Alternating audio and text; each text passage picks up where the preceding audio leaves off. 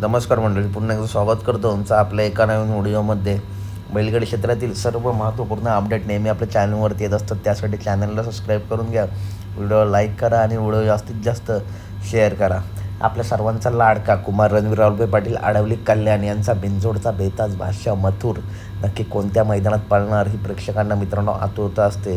तर चला तर अपडेट देतो मित्रांनो. आज मथुर कोकणात येतो आहे, नक्की कोणत्या ठिकाणी तर माणगाव तालुक्यामध्ये घोटवळ या ठिकाणी श्री श्रीराम गंगाराम जाधव दादा यांच्या 75व्या वाढदिवसानिमित्त घोटवळ ग्रामस्थ व मुंबईकर मंडळ यांच्या आयोजनात बिनजोडचा बेताज भाष्य मथुर आज दाखल होणार आहे.